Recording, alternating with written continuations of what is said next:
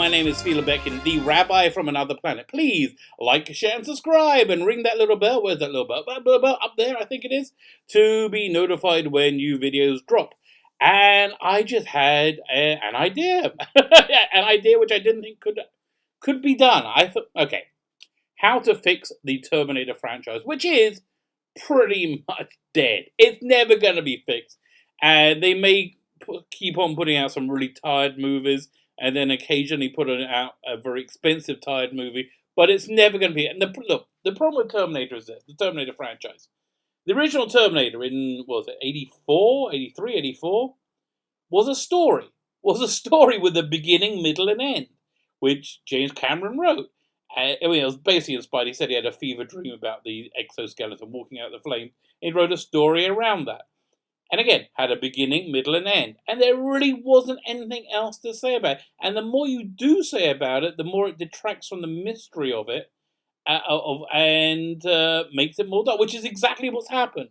So then, 5 years later, I think probably more, James Cameron has always been an innovator with technology. Saw this new digital technology and thought, wait a minute, we can make a new Terminator movie with this new kind of liquid metal Terminator. Nobody's seen that before. And we hadn't. Nobody had seen that before, and it was really cool. But essentially, it's pretty much the same plot as the first one. But those two movies, you could stretch it a little bit for Terminator 2.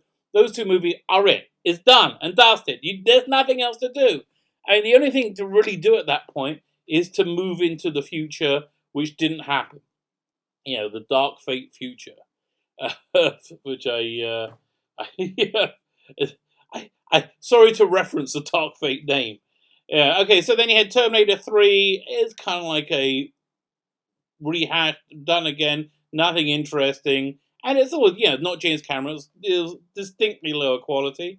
Then they did Salvation. Again, brought in real actor, Christian Bale, as John Connor. And they tried to do something different.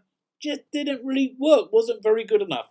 And then they had Genesis, which was, what? Who? Where? I watched it. I don't think I could tell you much about it. Matt Smith was in it as Skynet or Legion or whatever it's called, and I haven't even bothered with the new one, Woke Fate. Even though Mackenzie Davis looks really, really good in it, and I feel bad.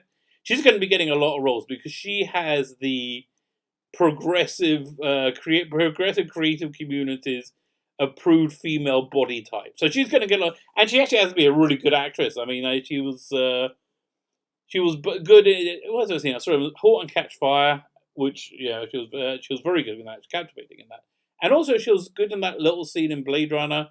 And she's kind of sexy, but she's not. It's weird. Okay, so I feel bad that she's saddled with this, but anyway, the problem with Terminators 3, 4, and 5 is you had a bunch of people sitting around saying, okay, how can we make another Terminator movie? Like, what do people want to see?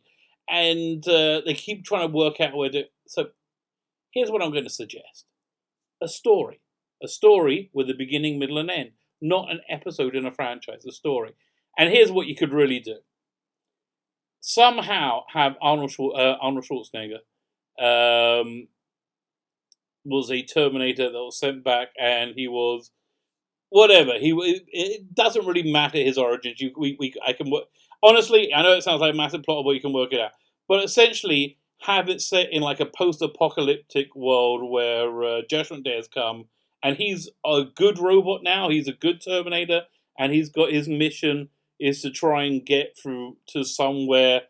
Get like the baby Carl Reese to John Connor or something like that. But essentially, it's a road movie. It's a post-apocalyptic road movie, like basically on foot, with and just do something completely different. So we get a lot of the visuals of those little snippets from Terminator, which we all love. You know, that the future scenes in Terminator 1 and Terminator, we all love the Terminator foot coming down on the skull. We all love that. That's what we wanted. So set it in that world, which would be cheaper to make. Have it a character piece with Arnold Schwarzenegger finding his own sentience, his own reality, his own self being a robot, and stop with all this time travel crap, okay? Because it's not going to work.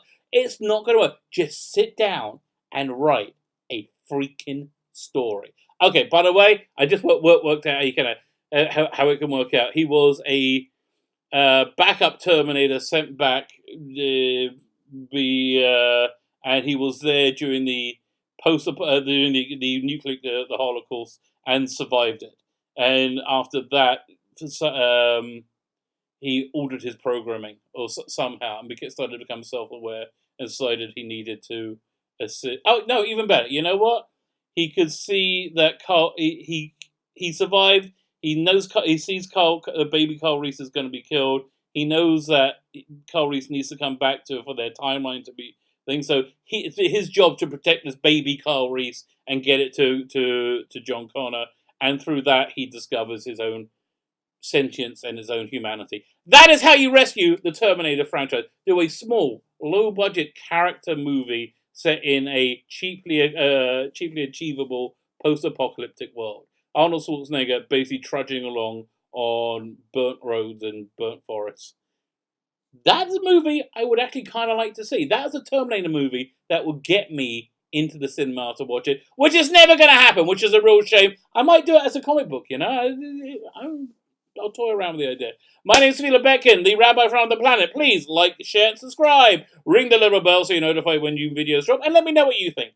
Thanks so much for listening.